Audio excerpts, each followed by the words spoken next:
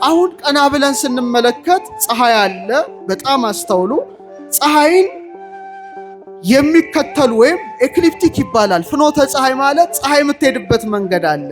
በዛ መስመር የማይለቁ 12 መገብት አውራህ አሉ። ዞዲያክ ይባላሉ። ወይም በመጽሐፍ ቅዱስ ማዛሮት ይላቸዋል። በመጽሐፈ ኢዮብ ላይ ቁጥራቸው ስንት ነው? 12 ነው፣ እንዳትረሱ። እንደገና ደግሞ 4 ሊቃነ ከዋክብት ሄኖክ የጠቀሳቸው እነ ህልመልመሌ ካሉ ምልኤል፣ ብርኬል፣ ናሬል ቁጥራቸው ስንት ነው? 4 ነው። እነዚህ ከወቅት ጋር የተያያዙ ናቸው። በሳይንሱ ሮያል ስታርስ እንላቸዋለን። በአስትሮኖሚው ባለሁበት ትምህርት ሮያል ስታርስ ይባላሉ። አንታረስ፣ ፎማልሃውት ምናምን ይባላሉ። ማታ ማታ ይታያሉ። በአይን የሚታዩበት ጊዜ አለ። ስንት ነው ቁጥራቸው? 4 ነው። ምንን እንዲከተሉ አደረገ? ፀሐይን። እስቲ በሉ በምን ልክ? በወቅት ልክ። እነዚህ ግን የሚገርሟቸው 12ቱ ደግሞ በጣም መስመሯን ተከትለው እንዲጓዙ አደረገ። ያ ስርዓት የሚታየው ዛሬ ቤተ ክርስቲያን ነው። ጠፈር ላይ ብቻ ይምሰላችሁ። ፀሐይ የተፈጠረው በስንተኛው ቀን ነው? የጣቴን እኮ አሳየኋችሁ። በ4ኛው ቀን ነው፣ እንዳትሳሳቱ። በስንተኛው ቀን ነው? በ4 ነው። ለምን? ልክ እንደ 4ቱ ሊቃነ ከዋክብት አድርጎ ስንት ወንጌላውያንን ብቻ መረጠ? 4 ማቴዎስን፣ ማርቆስን፣ ሉቃስና ዮሐንስን። እንደ 12ቱ መገብት አውራህ አድርጎ ስንት ሐዋርያት ብቻ መረጠ? ንገሩኝ። 12 አደረገ። በነዛ አምሳል 12 ሆነው ይቀድሳሉ። እነዚያ ስጋዊ ናቸው። እነዚህ ደግሞ መንፈሳዊ ከዋክብት ሆነው ተሰርተዋል። ለማ? ክርስቶስን በመከተል። ስለዚህ በሥርዓተ ቅዳሴ በመጽሐፈ ቅዳሴ ወይም በትርጓሜው መጽሐፍ ላይ 12 ሆነው ይገባሉ። ማለትም 12ቱ ሐዋርያትን የሚያንጸባርቁ 12ቱን መናዝል ምሳሌ ሆነው ማለት ነው። ቤተ ክርስቲያን ጠፈር ናት። እንደገና 7 ሆነው ሊገቡ ይችላሉ። ስንት ሆነው? 7 ሆነው። ለሌዊ ነገዶችም ይሄን 7 ስርዓት ነው ያሳያቸው። 7 ሆነው ይገባሉ። እነዛ 7ቱ መገብተ ዕለታት ይባላሉ። ፀሐይ፣ ጨረቃ አሉ። 5ቱ ፕላኔቶች ናቸው። መሪህ ማለት ማርስ ነው። አጣርድ ሜርኩሪ ነው። መሽተሪ፣ ጁፒተር፣ ቪነስ፣ ዝሁራ፣ እነዚህ ዙሃል፣ ሳተርን በሰማይ የምናያቸው ናቸው ዕለት ዕለት። አሁን እንደውም በዚህ ወቅት ወደ ማታ አካባቢ ፊታችሁን ዞር አድርጋችሁ ወደ ምዕራብ ስታዩ በጣም ደምቃ ምትታያለች አይደለ? እሷ ምንድናት? ኮከብ አይደለችም። የአጥቢያ ኮከብ ወይም ዝሁራ የምትባለው ቪነስ ናት። እኔ ኢየሱስ የዳዊት ስርና ዘር የሚያበራም የንጋት ኮከብ ነኝ ይላል። ቀን ላይ ስትወጣ ጠዋት አካባቢ ኮከበ ጽባ፣ ማታ ላይ ኮከበ ምዕራብ። እነዚህ ብቻ 7 ናቸው። የት ያሉት?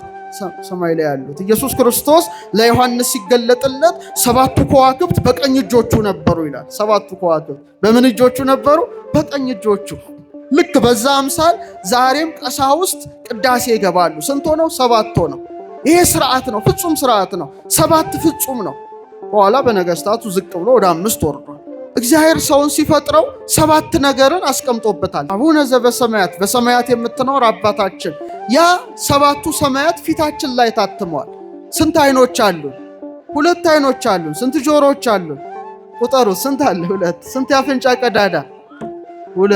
አትሳሳት፣ አንድ አይደለም። እዚህ ጋር አለ። ቁጠር እስቲ። 1 2። ስንት አፍ አለን? ሲደመር 7። ጥበብ ቤቷን ሰራች፣ 7 ምሰሶችን አቆመች ማለቱ 7ቱን ሰማያት 7ቱን ዕለታት መክብበ ሕዋሳት በሆነው እግዚአብሔር እፍ ባለበት ሰማይና ምድርን ባጋጠመበት በሰውነታችን ላይ 7ቱ ስርዓቶች አሉ። ስለዚህ 7 ሆነው ይገባሉ። እነዛ ስጋዊ ናቸው። እነዚህ ደግሞ መንፈሳዊ ከዋክብት ሆነው የክርስቶስን ቅዱስ ስጋውን ክቡር ደሙን ይሰዋሉ። ስለዚህ በቤተ ክርስቲያን ስርዓት ቅዳሴ ሲቀደስ 2 መብራቶች ይቀመጣሉ መንበረ ታቦቱ ላይ። አንዱ በቀኝ ይቀመጣል፣ አንዱ በግራ ይቀመጣል። ዙሪያውም ደግሞ የቀንዲል መብራቶች እንዲበሩ ይደረግ ነበረ። በቀኝ የሚበራው የፀሐይ ምሳሌ ነው። በግራ የሚበራው መብራት ደግሞ የጨረቃ ምሳሌ ነው። ዙሪያውን ያሉት የቀናዲል መብራቶች ደግሞ የከዋክብት ምሳሌ ሆነው ተገልጠዋል። ስለዚህ ቤተ ክርስቲያን የምን ምሳሌ ናት? የጠፈር ምሳሌ ስለሆነች ሐነጸ መቅደሶ በአርያም፣ መቅደሱን አለ በአርያም ሰራ ካለ በኋላ ዳዊት በምድር ውስጥም ለዘላለም መሰረታት በማለት አስቀምጧል። ሰው ዝም ብሎ የተሰራ እኮ አይደለም፣ ኮድ ነው፣ ቀመር ነው፣ ራሱ ፊደል ነው፣ የሥላሴ ፊደል ነው። ልክ እንደ 2 እጅ ፍቅረ እግዚአብሔርና ፍቅረ ቢጽ አለን። እንደ 2 መዳፍ 2 ጽላቶች አሉ። እንደ 10 ቃላት ስንት ጣቶች አሉ?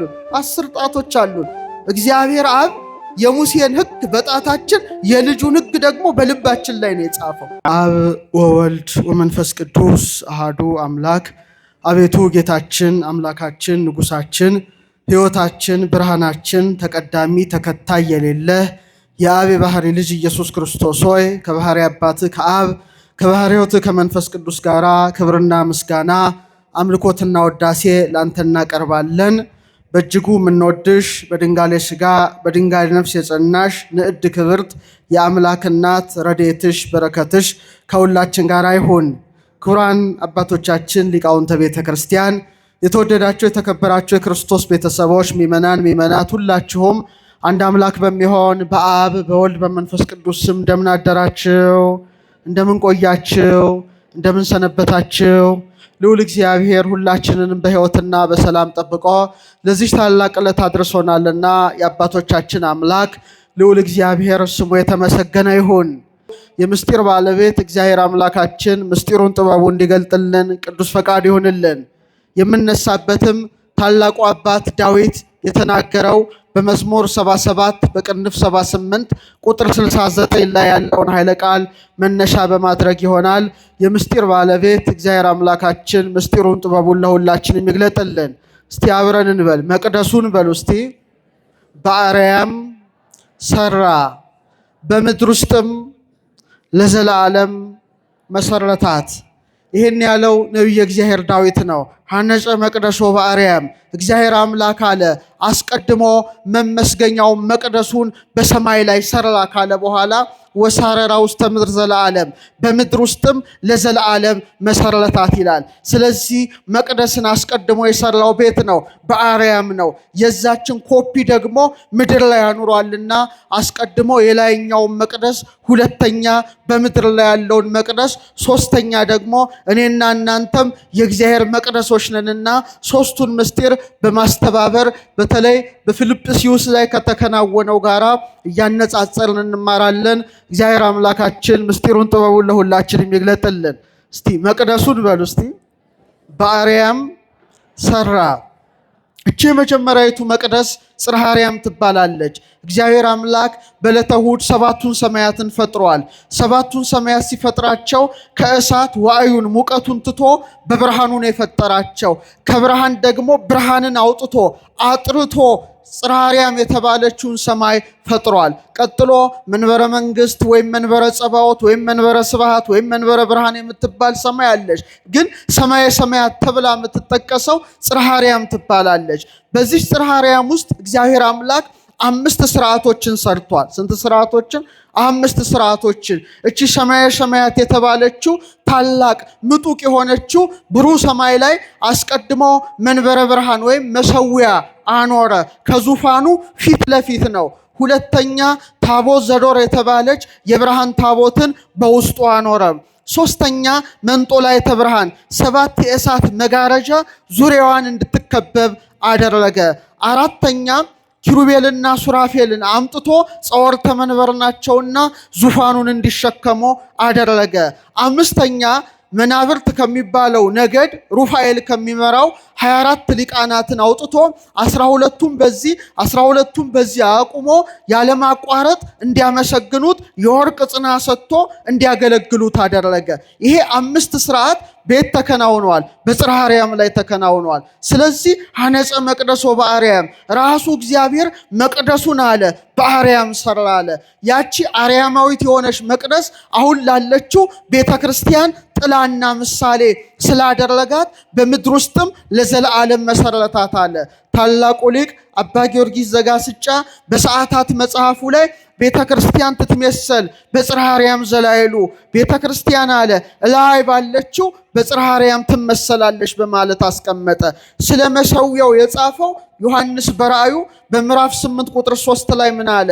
ሌላም መልአክ መጣና የወርቅ ጽና ይዞ በመሰዊያው አጠገብ ቆመ ይላል። ስለዚህ መንበረ ብርሃን አለ ማለት ነው። አሁንም ዮሐንስ ይቀጥላል። በሰማይም ያለው የእግዚአብሔር መቅደስ ተከፈተ፣ የኪዳኑም ታቦት በመቅደሱ ታየ በማለት በራእይ 11:19 ላይ ታቦት ዘዶር ስለተባለችው የብርሃን ታቦት ተናግሯል። አባ ሕርያቆስ ደግሞ ስለ መንጦላዕተ ብርሃን በሰማይ ስላለው የእሳት መጋረጃ ተገልጦለት ምን አለ? 7 የእሳት መጋረጃ ወዳለበት ሊቀ ካህናት ኢየሱስ ክርስቶስ ወዳለበት ያግባችሁ ይላል።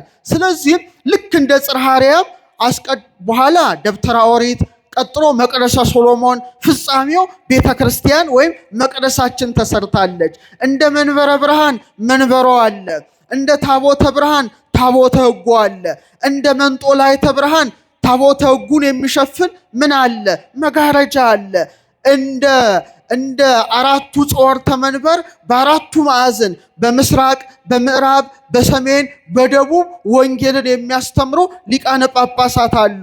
ልክ እንደ 24ቱ ካህናተ ሰማይ ደግሞ ጳጳሳት፣ ኤጲስቆጶሳት፣ ቀሳውስት የሚያገለግሉባት በመሆኗ ሐነጸ መቅደሶ በአርያም እግዚአብሔር አስቀድሞ መቅደሱን የት ላይ ሰራ? ሰማይ ላይ ሰራ ወይም አነጸ ካለ በኋላ በምድር ውስጥም ለዘላለም መሰረታት በማለት ያስቀምጣል። እንግዲህ ጌታችን በፊልጵስዩስ ላይ በእናቱ በድንግል ማርያም ስም ቤተ ክርስቲያንን ሲሰራ ሲያንጽ 3 ክፍሎች አድርጎ ሰርቷታል። ስንት ክፍሎች? 3 ክፍሎች። በእውነት በሰማያት እነ ቅዱስ ገብርኤል የሚኖሩባቸው ስንት ሰማያት አሉ? 3 ሰማያት አሉ። ኢዮር፣ ራማ፣ ኤረር ይባላሉ። እነዚህ ዓለመ መላእክት የተባሉ ናቸው። እንደ ኢዮር፣ እንደ ራማ፣ እንደ ኤረር አስቀድሞ ሙሴ ተገልጦለት አደባባይ ቅድስት ቅድስተ ቅዱሳን አድርጎ ሲሰራ በሐዲስ ኪዳን ደግሞ 3 ክፍል ያላት መቅደስ ቅኔ ማህሌት ቅድስትና መቅደስ ሆና ተሰርታለችና በእውነት አባቶቻችን በተለይ ቅዱስ ያሬድ ሐዋርያት ቤተ ክርስቲያንን እንዳነጿት ሲናገር ከመትኩን አርያ ዘበሰማያት በሰማይ ያለውን ኢዮርን፣ በሰማይ ያለውን ራማ፣ በሰማይ ያለውን ኤረርን ዓለመ መላእክትን መስላ በ3 ክፍል የታነጸች ብቸኛይቱ የክርስቶስ ማደሪያ የሐዲስ ኪዳን መቅደስ ቤተ ክርስቲያን ናት። አሁን በጣም የሚገርመው እግዚአብሔር ያን ስርዓት ነው ለቤተ ክርስቲያን የሰጠው። በሰማይ በተለይ ኢዮር በተባለው ሰማይ ላይ 3 ነገዶች አሉ። የመጀመሪያው ነገድ ኪሩብ የሚባል መልአክ የሚመራው ነገደ ኪሩቤል የሚባል አለ። የሰው መልክና የአንበሳ መልክ ያለው መልአክ ሲሆን ኪሩብ ይመራዋል። ነገዱ ነገደ ኪሩቤል ይባላል። ሁለተኛው ክፍል ሱራፊ የተባለው መልአክ የሚመራው ነገደ ሱራፌል ሲሆን የሥላሴን ስዕል ስትመለከቱ በስተግራ አቅጣጫ የምታዩት የላም ፊትና የንስር ፊት ያለው መልአክ ነው።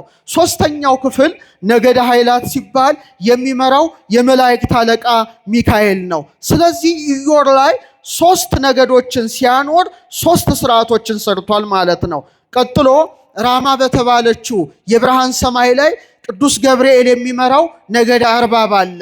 ቀጥሎ ቅዱስ ሩፋኤል የሚመራው ነገደ መናብርት አለ። በመቀጠል ቅዱስ ሱሪያል የሚመራው ምን አለ? ነገደ አርባብ መናብርት አለ። ነገደ አርባብ መናብርት ስልጣናት አለ። እንደገና ኤረር ላይም ተመሳሳይ ስርዓቶች ተከናውነዋል። ቅዱስ ሰዳኬል የሚመራው ነገደ ሊቃናት አለ። ቅዱስ ሰላትያል የሚመራው ነገደ መኳንንት አለ። ቅዱስ አናንያል የሚመራው ነገደ መላእክት አለ።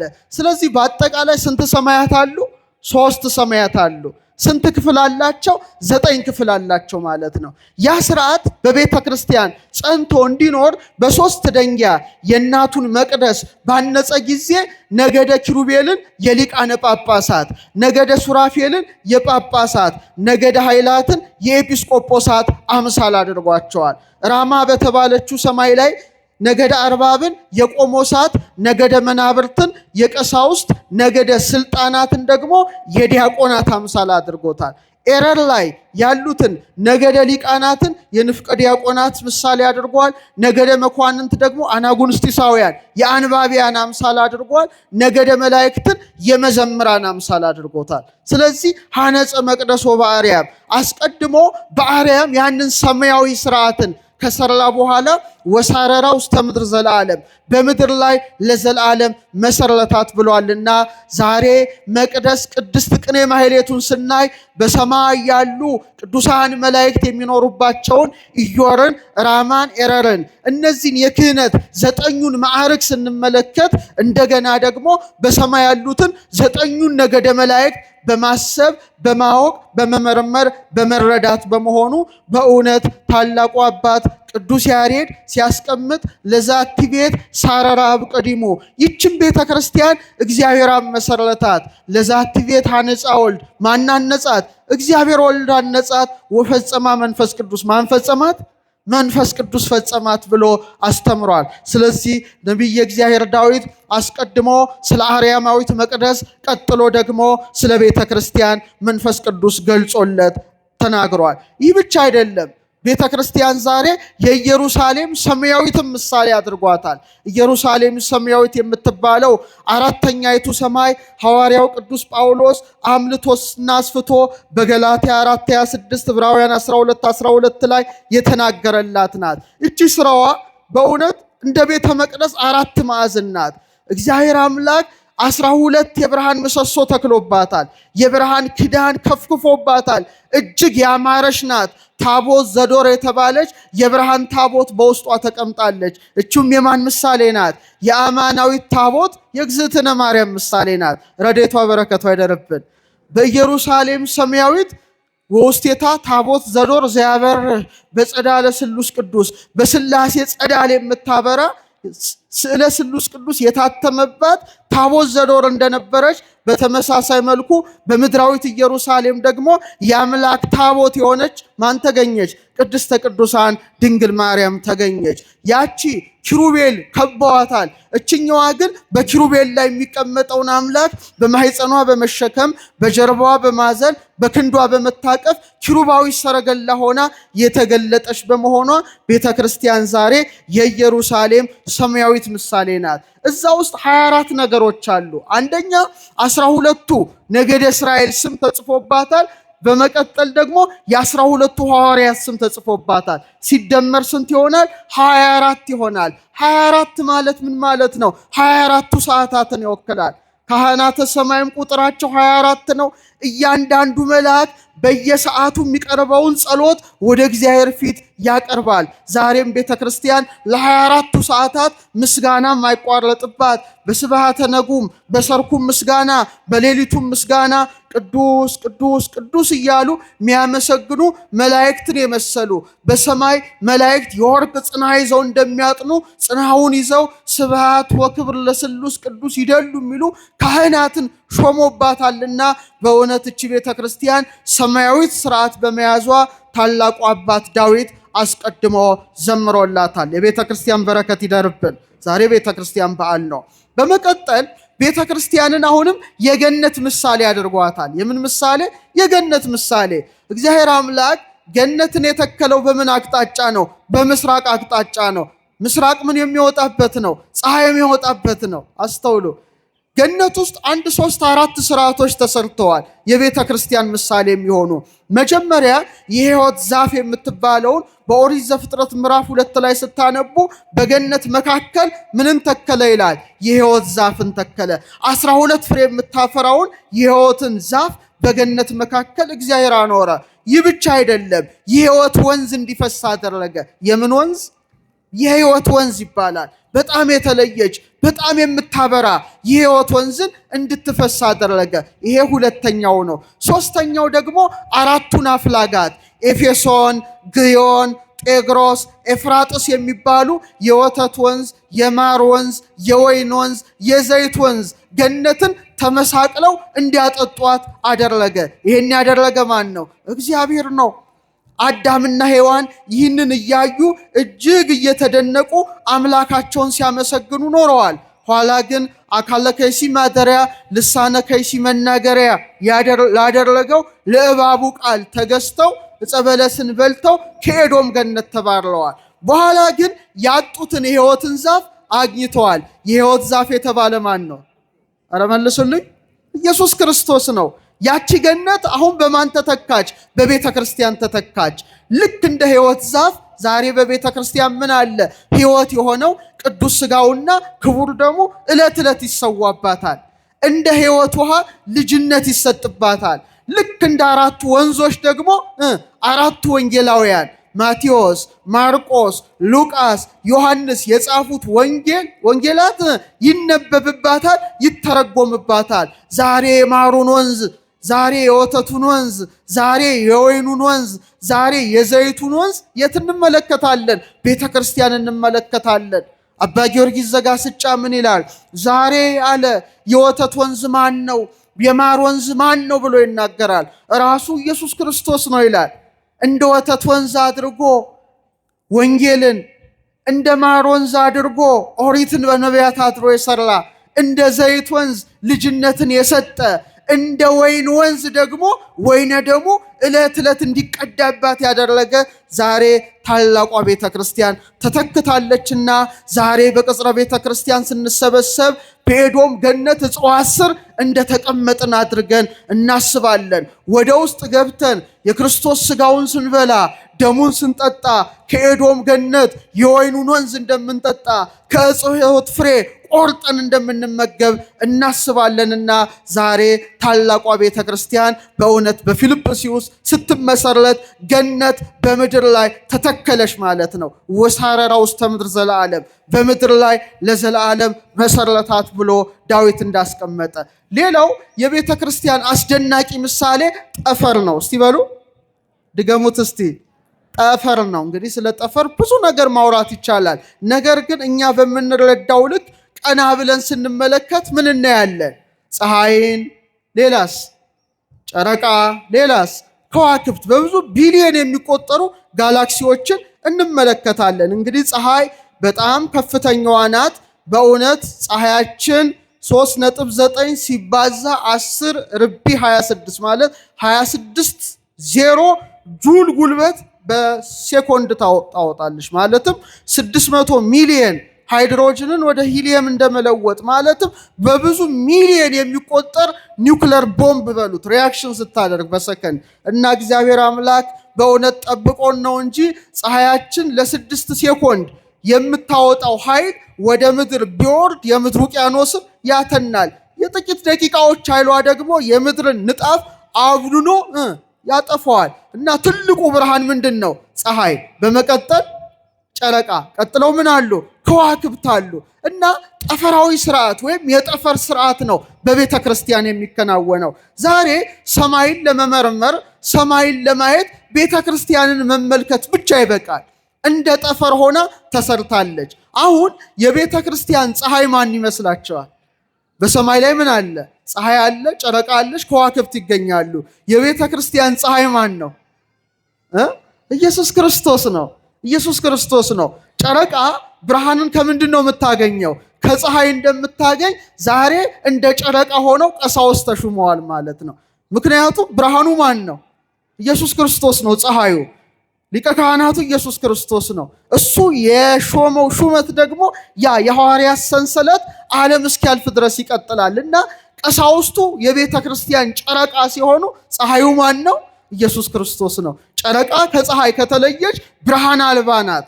ቀሳውስትም ከኢየሱስ ክርስቶስ ከተለዩ ባዶዎች ናቸው ማለት ነው። ኃይል የላቸውም፣ ጽን የላቸውም። ስለዚህ ኃይሉ ማን ነው? ኢየሱስ ክርስቶስ ነው። ለዚህ ነው መምህሬ ኢየሱስ ክርስቶስ ይላል ካህኑ ዕለት ዕለት በቅዳሴ ላይ።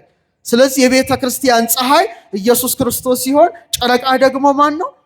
ማን ናቸው? ቀሳውስቱ ካህናቱ ሲሆኑ ዲያቆናት ደግሞ በከዋክብት አምሳል ተገልጠዋል። ስለዚህ ያ ስርዓት ሰማያዊ ስርዓት ነው።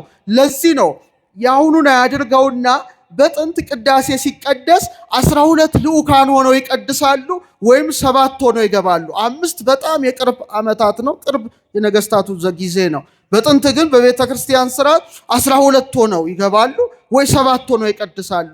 ምክንያቱም እግዚአብሔር አምላክ ስርዓቱን ሲሰራ ፍጹም ስርዓት ነው።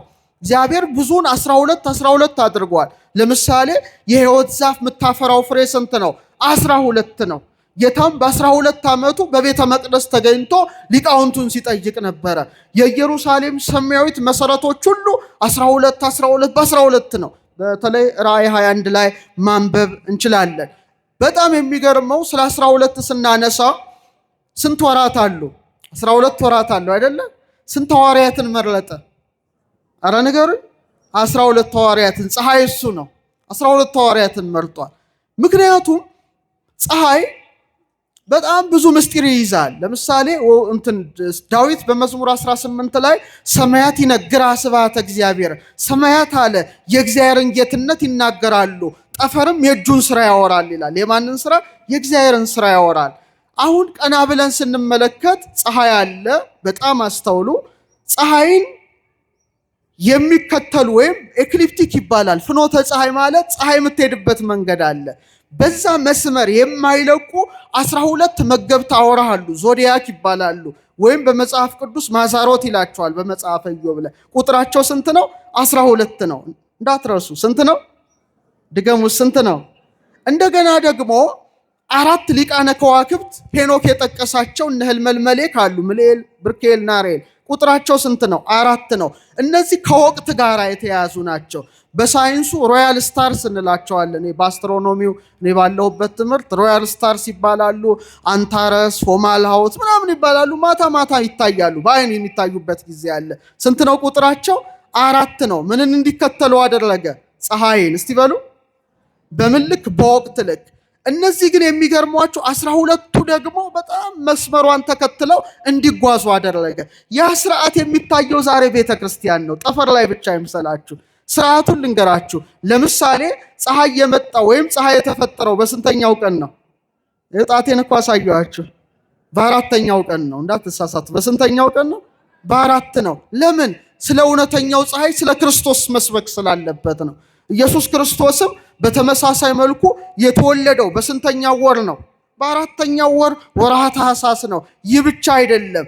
ከ4ኛው የያዕቆብ ልጅ ከነገደ ይሁዳ የተመዘዘ ነው። ፀሐይ ጽድቅ ነው። ስለዚህ ምድር ላይ ሲገለጥ ሰው ሲሆን ልክ እንደ 4ቱ ሊቃነ ከዋክብት አድርጎ ስንት ወንጌላውያንን ብቻ መረጠ? 4 ማቴዎስን፣ ማርቆስን፣ ሉቃስና ዮሐንስን። እንደ 12ቱ መገብት አውራ አድርጎ ስንት ሐዋርያት ብቻ መረጠ? ንገሩኝ። 12 አደረገ። በነዛ አምሳል 12 ሆነው ይቀድሳሉ። እነዚያ ስጋዊ ናቸው። እነዚህ ደግሞ መንፈሳዊ ከዋክብት ሆነው ተሰርተዋል። ለማ? ክርስቶስን በመከተል። ስለዚህ በስርዓተ ቅዳሴ ወይም በመጽሐፈ ቅዳሴ ወይም በትርጓሜው መጽሐፍ ላይ 12 ሆነው ይገባሉ። ማለትም 12ቱ ሐዋርያትን የሚያንጸባርቁ 12ቱን መናዝል ምሳሌ ሆነው ማለት ነው። ስለዚህ ቤተክርስቲያን ጠፈር ናት። እንደገና 7 ሆነው ሊገቡ ይችላሉ። ስንት ሆነው? 7 ሆነው። ለሌዊ ነገዶችም ይሄን 7 ስርዓት ነው ያሳያቸው። 7 ሆነው ይገባሉ። እነዛ 7ቱ መገብተ ዕለታት ይባላሉ። ምን ምን ናቸው እስቲ የሚነግረኝ? ፀሐይ፣ ጨረቃ አሉ። 5ቱ ፕላኔቶች ናቸው። መሪህ ማለት ማርስ ነው። አጣርድ ሜርኩሪ ነው። መሽተሪ፣ ጁፒተር፣ ቪነስ፣ ዝሁራ፣ እነዚህ ዙሃል፣ ሳተርን በሰማይ የምናያቸው ናቸው ዕለት ዕለት። አሁን እንደውም በዚህ ወቅት ወደ ማታ አካባቢ ፊታችሁን ዞር አድርጋችሁ ወደ ምዕራብ ስታዩ በጣም ደምቃ ምትታያለች አይደለ? እሷ ምንድናት? ኮከብ አይደለችም። የአጥቢያ ኮከብ ወይም ዝሁራ የምትባለው ቪነስ ናት። እኔ ኢየሱስ የዳዊት ስርና ዘር የሚያበራም የንጋት ኮከብ ነኝ ይላል። ቀን ላይ ስትወጣ ጠዋት አካባቢ ኮከበ ጽባ፣ ማታ ላይ ኮከበ ምዕራብ። እነዚህ ብቻ 7 ናቸው። የት ያሉት? ሰማይ ላይ ያሉት። ኢየሱስ ክርስቶስ ለዮሐንስ ሲገለጥለት 7ቱ ከዋክብት በቀኝ እጆቹ ነበሩ ይላል። 7ቱ ከዋክብት በምን እጆቹ ነበሩ? በቀኝ እጆቹ። ልክ በዛ አምሳል ዛሬም ቀሳውስት ቅዳሴ ይገባሉ። ስንት ሆነው? 7 ሆነው። ይሄ ስርዓት ነው። ፍጹም ስርዓት ነው። 7 ፍጹም ነው። በኋላ በነገስታቱ ዝቅ ብሎ ወደ 5 ወርዷል። ግን እግዚአብሔር ሰውን ሲፈጥረው 7 ነገርን አስቀምጦበታል። ስንት ሰማያት አሉ? እስቲ ንገሩኝ። ኧረ መልሱ። 7ቱ ሰማያት አሉ። አቡነ ዘበሰማያት፣ በሰማያት የምትኖር አባታችን። ያ 7ቱ ሰማያት ፊታችን ላይ ታትመዋል። ስንት አይኖች አሉን? 2 አይኖች አሉን። ስንት ጆሮዎች አሉን? ቁጠሩ። ስንት አለ? 2። ስንት ያፍንጫ ቀዳዳ? 2። አትሳሳት። 1 አይደለም። እዚህ ጋር አለ። ቁጠር እስቲ። 1 2። ስንት አፍ አለን? ሲደመር 7 በቃ ጥበብ ቤቷን ሰራች፣ 7 ምሰሶችን አቆመች ማለቱ 7ቱን ሰማያት 7ቱን ዕለታት መክብበ ሕዋሳት በሆነው እግዚአብሔር እፍ ባለበት ሰማይና ምድርን ባጋጠመበት በሰውነታችን ላይ 7ቱ ስርዓቶች አሉ።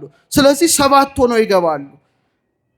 እነዛ ስጋዊ ናቸው። እነዚህ ደግሞ መንፈሳዊ ከዋክብት ሆነው የክርስቶስን ቅዱስ ስጋውን ክቡር ደሙን ይሰዋሉ።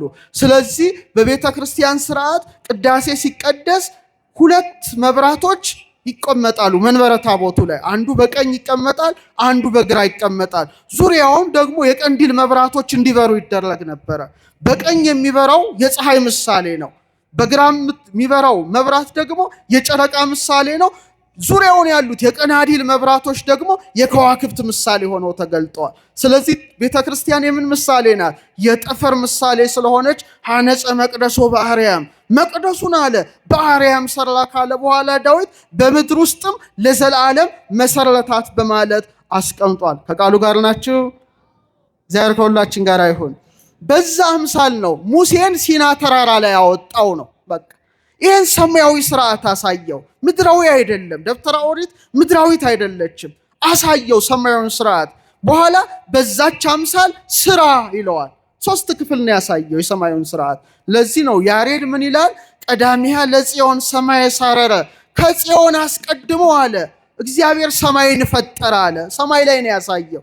ወበዳግም አራየው ለሙሴ ዘከመ ይገብር ግብራ ለደብተራ፣ ዳግመኛ የድንኳኗን አሰራር ለማን አሳየው? ለሙሴ ያሳየው። ስንት ክፍል አድርጎ? 3 ክፍል አድርጎ። የመጀመሪያው አደባባይ ይባላል። እስቲ በሉት። ወይም አጸደ ደብተራ ኦሪት ይባላል። 2 ነገሮች ነው የሚከናወኑበት። የትልቅ የሚሰዋበት መሰዊያ ያለው፣ ካህናት ደግሞ የሚታጠቡበት ነው። በጣም እንደ አውደ ምሕረት ክፍት ነው።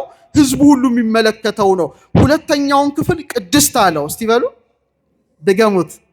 ቅድስት ውስጥ ብዙ ስርዓቶች ተከናውነዋል። ያ ማለት እኛ ውስጥ አለ። እስቲ ትንሽ ነግራቸዋለሁ። እሱ ቅድስት ላይ ምን አደረገ? 20 ክንድ ናት። 7ቱ የመቅረዝ መብራቶች ይበራሉ። ስንት የመቅረዝ? 7 ቅርንጫፍ ያላቸው የመቅረዝ መብራት ይበራል።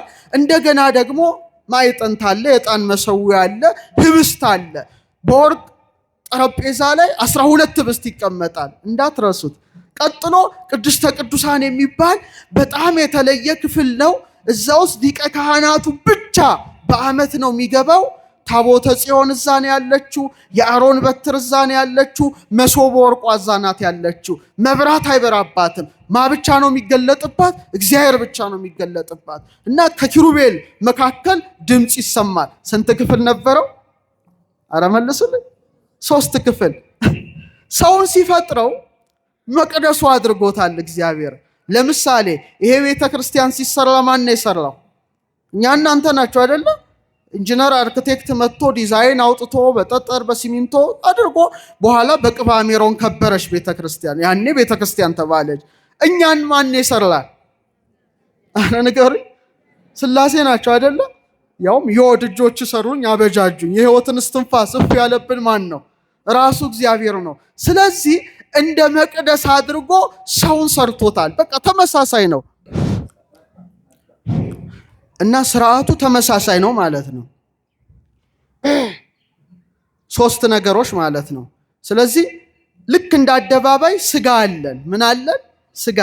እንደ ቅድስት ደግሞ ነፍስ አለን። እንደ ቅድስተ ቅዱሳን መንፈስ አለን። በጣም እኮ ነው የሚገርመው። እንቁላል ነን ማለት ነው። እንቁላል 3 ክፍል አለው። ቅርፍት አለው አይደለ? ቀጥሎስ ስትልጡ ነጭ ነገር አለው። መጨረሻስ ምን አለው? አስኳል አለው። ቅዱስ ጳውሎስ የሰላም አምላክ እግዚአብሔር ሁለንተናችሁን ይቀድሳልና ስጋችሁን፣ ነፍሳችሁን፣ መንፈሳችሁን ማለት ሰው ራሱ መቅደስ ነው። ፊልጵስዩስ ነው ማለት ነው። ራሱ መቅደስ ነው። እንደ አደባባይ ስጋ አለን። እንደ ቅድስት ደግሞ ነፍስ አለን። እንደ ቅድስተ ቅዱሳን መንፈስ አለን። አሁን ኮዱን እስቲ ትንሽ ልንገራችሁ። ቆማችሁ ራሳችሁን ተመልከቱት። ቆማችኋል። ቅድስት አለ። እስቲ አደባባይ የቱ ጋ ነው?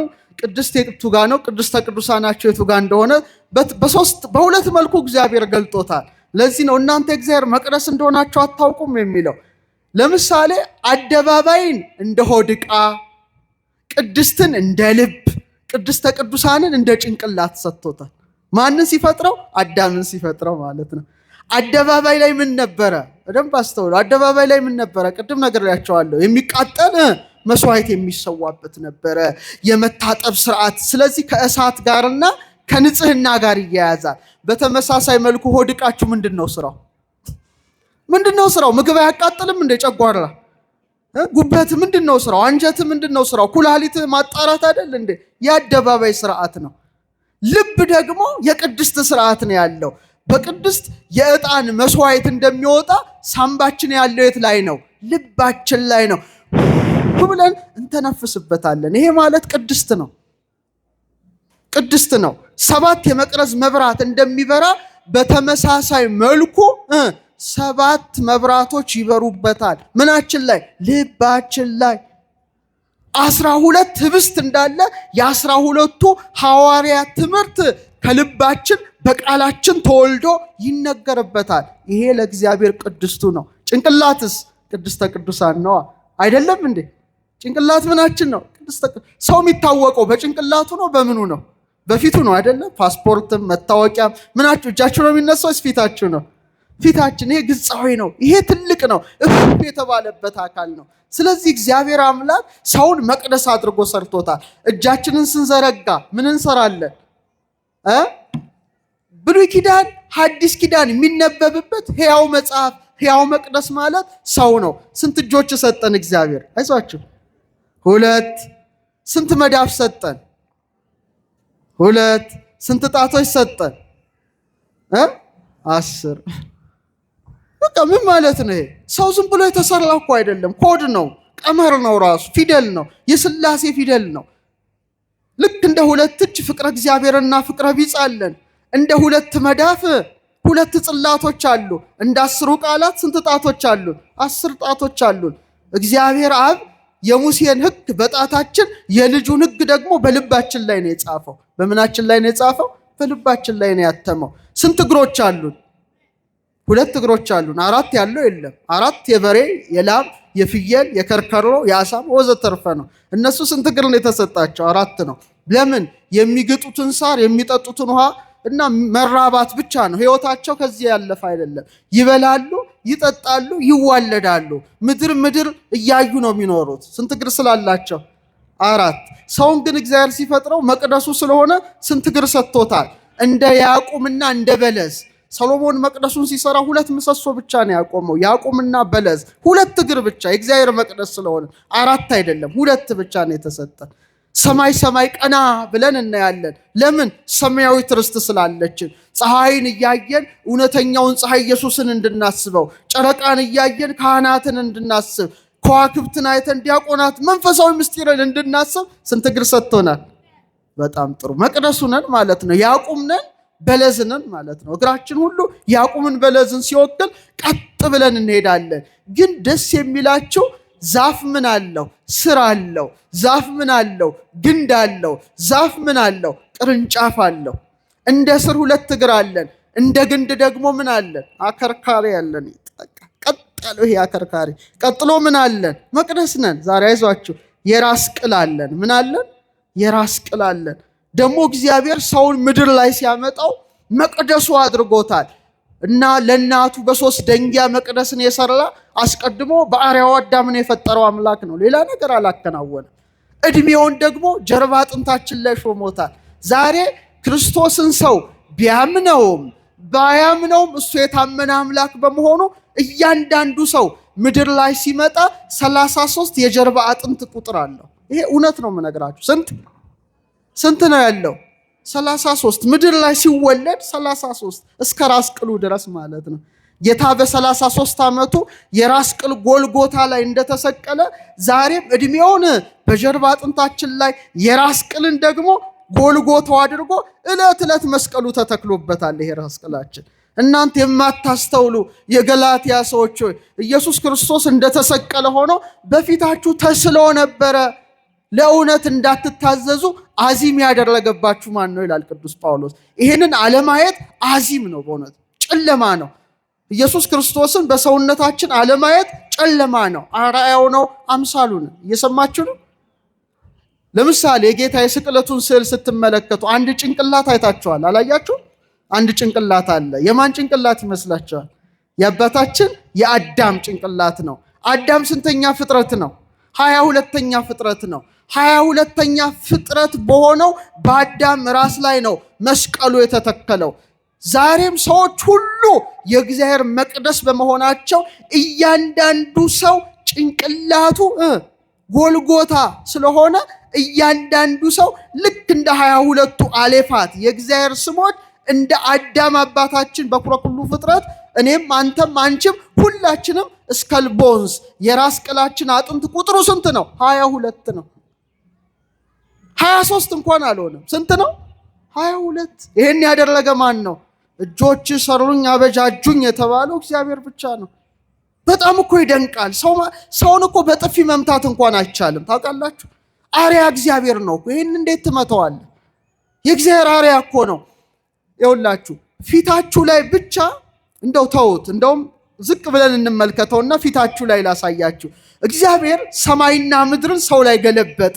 ሐነጸ መቅደሶ በአርያም ወሳረራ ውስተ ምድር ዘላለም ራሱ ይሄ ነው። ለምሳሌ ስንት ሰማያት አሉ? ላይ 7። ቀጥሎስ ምን አለ? ከሰባቱ ሰማያት ዝቅ ስትሉ ባቢል አለ፣ አትሞስፌር ማለት ነው፣ ነፋስ አለ። ቀጥሎ ምን አለ? ውሃና መሬት አለ አይደል? በቃ ሰማዩ እንዲህ ነው ስታሰምሩት። ያ ማለት አንተ ውስጥ አለ፣ እኔ ውስጥ አለ። ለምሳሌ ልክ እንደ ሰባቱ ሰማያት የእሳት ሰማያት ናቸው። ጭንቅላታችን እሳት ነው አይደለም? ነው አይደለም እንዴ? የሁሉ ሚሊየንስ ኒውሮንስ ያለው እኮ ነው። ይሁሉ እንዴ እሳት እኮ ነው። እሳት ምንድን ነው? ብርሃን ነው። እሳት ምንድን ነው? ሙቀት ነው። ዕውቀትም ከምን ይቀዳል? እንደ ብርሃን ከጭንቅላት ይቀዳል። እስመ ለጠቢብ አዕይንቲሁ ዲበ ርእሱ ይላል ሰሎሞን። የጠቢብ አይኖቹ ራሱ ላይ ናቸው ይላል። ልክ እንደ ሰባቱ ሰማያት 2 አይን፣ 2 ጆሮ፣ 2 የአፍንጫ ቀዳዳ፣ አፍ ማን ሰጠን? እግዚአብሔር ሰጠን። ቀጥሎ ነፋስ እንዳለ ቀጥሎ ከጭንቅላታችሁ ዝቅ ስትሉ ደረታችሁን ታገኛላችሁ። ከምንድን ነው የሚወጣው? ከሳምባ ነው፣ ከደረት ነው። ቀጥሎ ውሃና መሬት እንዳለ ሆድቃ በሙሉ በምን የተመላ ነው? ኩላሊት በውሃ የተመላ ነው። ቀጥሎ መሬት እንዳለ ከወገብ በታች እግር ምን ይነካል? መሬትን ይነካል። በቃ እግዚአብሔር እኮ ሰማዩን ነው የገለበጠብን። ይሄን አታውቁም እንዴ? መቅደሱ እንደሆናችሁ እሱን ትታችሁ ከአንገት በታች ትታችሁ ፊታችሁን ብቻ በመስታወት ተመልከቱ። 2 አይናችን እንደ እሳት ነው። እሳት ከብርሃን ጋር የተያዘ እንደሆነ አይናችንም ከብርሃን ጋር ይያያዛል። ከእሳት ቀጥሎ ምን አለ? ነፋስ እንዳለ ቀጥሎ ምን አለ? አፍንጫ ሰጥቶና ያለበት አፍንጫ አያችሁ። ቀጥሎ ውሃና መሬት እንዳኖረ ጠጣርና ፈሳሽ የሚወስድ ምን አለን? አፍ አለን። ይሄ እግዚአብሔር አርያ ነው። እንዴት በጥፊ ልትመታው ትችላለህ? አትችልም፣ አይፈቀድልህም። የእግዚአብሔርን ቤት ያፈረሰ እግዚአብሔር ራሱ ያፈርሰዋል፣ ያውም እናንተ ናችሁ ይላል። ስለዚህ ይህን ሁሉ ነገር በዛሬው ትምህርት እንረዳለን እና በእውነት የክብር ባለቤት ጌታችን በእናቱ በቅድስት ድንግል ማርያም ስም ሰኔ 20 ህንፃ ቤተ ክርስቲያን በ3 ደንጊያ አነጸ። ሰኔ 20 በዛሬው ዕለት አከበረ ስንል ይህን ሁሉ እናስባለን እና አንድ ነገር ብነግራችሁ ዛሬ የእመቤታችንን በዓል በመሆኑ ከኛ ከኢትዮጵያውያን ጋር እስቲ ትንሽ ላነጻጽረው። በእውነት ጌታችን በፊልጵስዩስ በ3 ደንጊያ በማን ስም ሰራ መቅደስ? እናቱ ራሱ መቅደሱ ናት አይደለችም? ናት አይደለችም? ጽርሐ ቅዱሳቱ ለወልድ ይላታል። የወልድ የመመስገኛው አዳራሽ ሰማይ ዙፋኔ ነው፣ ምድር የእግሬ መረገጫ ናት። ለእኔ ምን አይነት ቤት ትሰራላችሁ አለ ይላል በኢሳይያስ አድሮ። እግዚአብሔር ሰማይ ዙፋኔ ነው አለ። ሰማይ ምን ነው? ምድር የእግሬ ለእኔ ምን አይነት ቤት ትሰራላችሁ አለ። እግዚአብሔር በቃ ቤት አጣ። አንዲት ቤት ግን አግኝቷል። እሷ ማን ነበረች? ድንግል እናቱ ነበረች። ሰማይ ዙፋኔ ነው እንዳለ ማኅፀኗን እንደ ዙፋን አድርጎ 9 ወር ከ5 ቀን ተቀመጠ። አልተቀመጠም? ተቀምጧል። ምድር የእግሬ መረገጫ ናት እንዳለ 9 ወር ከ5 ቀን እግሩ ተረግጧታል? አልተረገጣትም? ዳግሚት ምድር ናት ማለት ነው። ሰማይ ወምድር ዘእያገምሮ እፎ እንጋ ማኅፀነ ድንግል ጾሮ። ሰማይና ምድር የማይችለውን አምላክ ምንኛ የድንግል ማርያም ማኅፀን ቻለው ይላል። መቅደሱ ናት ማለት ነው። መቅደሱ ናት። ከርሰ ድንግል አብዮ ተላለም አየራት። የድንግል ማርያም ማኅፀን አለ አባ ጊዮርጊስ ከአየራት በለጠ። ወተሰብሐ እምሱራፌል ወኪሩቤል፣ በኪሩቤል በሱራፌል ዘንድ ተመሰገነ። ከርሰ ድንግል ኮነ ታቦቶ ማኅደረ ለእግዚአብሔር አዶናይ። የድንግል ማርያም ማኅፀን መቅደስ ስለሆነ ለማን ማደሪያ ሆነ? አዶናይ ለተባለ ለእግዚአብሔር ማደሪያው እንደሆነ በእውነት በእውነት ማደሪያው በሆነችው በድንግል ማርያም ስም ልጇ ክርስቶስ ዛሬ ቅዳሴ ቤቱን አከናወነ። አመስግኑት በእውነት ሐዋርያትን ሰብስቦ እና የጌታን አብነት አድርገው ኢትዮጵያውያኑ ኦርቶዶክሳውያኑ መቅደስን ሲሰሩ በድንግል ማርያም ስም ነው የጀመሩት። ጌታ በእናቱ ስም በፊልጵስዩስ እንደሰራ የመጀመሪያው የሐዲስ ኪዳኗ ቤተክርስቲያን ኢትዮጵያ ላይ ስትታነጽ በ330 ዓመተ ምህረት አብርሃና አጽብሃ የተባሉ ኢትዮጵያውያን ቅዱሳን ክቡራን ነገስታት በማን ስም ነው የሰሩት? አክሱም ጽዮን ላይ በድንግል ማርያም ስም ነው። ደስ ይበላቸው። ጌታ ነው መስሎ ማለት ድንግል 12 ክፍል ያላት ያውም 12 ክፍል ናት። 12 ክፍል ያላት መቅደስ ነው የሰሩት እና ሲሰሩ በወርቅ ነው የሰሩት። እንደዛሬው በጠጠር በሲሚንቶ አይደለም፣ በእንቁ ነው የሰሩት። ድንግል ማርያም ምንድናት? እንቁ ናት አይደለችም? ወርቅ ናት አይደለችም? ማርያም እሰ ተሃቱም ትካት ውስጥ ተከርሱ ለአዳም ከመባህሪ ጻዳ። ማርያም ግን ከጥንት ጀምሮ በአዳም ባህሪ ውስጥ እንደ ነጭ እንቁ ታበራለች እንዳለ ድንግል ማርያም እንቁ ስለሆነች በእንቁ፣ ድንግል ማርያም ወርቅ ስለሆነች በወርቅ ሰርተዋት ነበረ የመጀመሪያውን መቅደስ።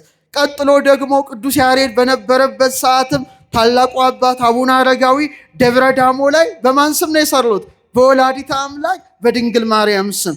ንጉሥ ገብረ መስቀል ተመልከቱ ወጣ ከቅዱስ ያሬድ ጋር። ያሬድ ደግሞ የዞረ ዞርኳት የህንፃዋን ማማር አየሁ እያለ ዘመረና ኢትዮጵያውያኑ ጌታ ያደረገውን በፊልጵስዩስ አይተው በድንግል ማርያም ስም ብዙ መቅደስ መስራት ልማዳቸው ነው። ለምሳሌ ላሊበላ እነዛን ሁሉ ውቅር አብያተ ክርስቲያናት ሲሰራ በጣም የምታምር አድርጎ የሰራው የማንን ነው? ቤተ ማርያም ናት አይደለ? 12 ምሰሶ አድርጎ የሰራት የድንግል ማርያም መቅደስ እና ነገስታቱ ሁሉ ለድንግል ማርያም በጣም ጽኑ ፍቅር ነበራቸው። እና አፄ ዳዊት እና አፄ ዘርዓ ያዕቆብ የቅድስት ድንግል ማርያምን ተአምር እንኳን ቅድም የሰማነውን ሲያጽፉ ከቀለሙ ጋር እንባቸው ይደባለቅ ነበረ። ምናቸው? እንባቸውን ጠብ ያደርጉ ነበር ይላል ታሪካቸው እኮ ነው። እመቤታችን በወርቅ ቀለም ስማቸው እንድታጽፍላቸው በመማፀን እንባቸው ከቀለሙ ጋር እንዲዋሃድ ያደርጉ ነበረ። ግብፅ እንኳን ድንግል ማርያም የምትገለጥበት ደብረ ምጥማቅ እንኳን ቢፈርስ እኮ ነው መቅደሷ ቢፈርስ በንጉሥ በአርሳባይ አቡነ ዮሐንስ 11ኛ ለአፄ ዘርዓ ያዕቆብ መልእክት ላኩ። ድንግል ማርያም የምትገለጥበት መቅደሳችን ፈረሰ፣ እባክህ መታሰቢያዋ እንዳይቀር ብለው ሲሉ ተጉለት ሰሜን ሸዋ ላይ ደብረ ምጥማቅ አሁን ጻድቃኔ ማርያም የምትባለውን የሰሩ አፄ ዘርዓ ያዕቆብ ነበረ። የሰማችሁኝ ነው? ምን ያህል የፊልጵስዩስ ታሪክ ሀገራችንም አለ። እነ እቴጌ ምንትዋብ ሴቶቹንስ ብንጠቅስ ቁስቋምን ሲያሰሩ የስደቷ መታሰቢያ ጎንደር ላይ 1000 ሰራተኛ አምጥተው ስንት ሺህ? 1000 በምህንድስና የታወቁ በጥረብ የታወቁ ሲሰሩ እመቤታችን ደርቡሻን ያቃጠለውን ማለት ነው። እመቤታችን በእጅጉ ንጽሕት ስለሆነች እመቤታችን ነውር ነቀፋ ስለሌለባት በእሷ ስም የሚሰራው ቤተ መቅደስም እንከን የለሽ እንዲሆን ብለው 500 ሲገነባ 500 ደግሞ ቁጭ ብሎ ስተት ይፈልግ ነበረ። ምን ይፈልግ ነበረ? ስተት እንከን እንዳይገኝበት። ተውት፣ እንደው የቅርቡን እንኳን እናምጣ እስቲ። ንጉሠ ነገሥት አፄ ምኒልክ እንጦጦ ማርያምን ከእቴጌ ጣይቱ ጋር ሆነው ሲያሰሩ ጸሐፌ ትእዛዝ ገብረ ሥላሴ የዳግማዊ ምኒልክ ታሪክን በጻፉት መጽሐፋቸው ላይ ብታነቡ 5316 ሰንጋዎች ነው የጣሉት ለቅዳሴ ቤቷ። ስንት? አይዟችሁ ስንት? 5 ነው ያልኩት? 500 ነው? 5000? ጸሐፌ ትእዛዝ ገብረ ሥላሴ ናቸው። የታሪክ እማኝ እዛው ነው። 5300 ሰንጋዎች። እግዚኦ እግዚኦ! ምን አይነት ዘመን አልፏል ባካችሁ።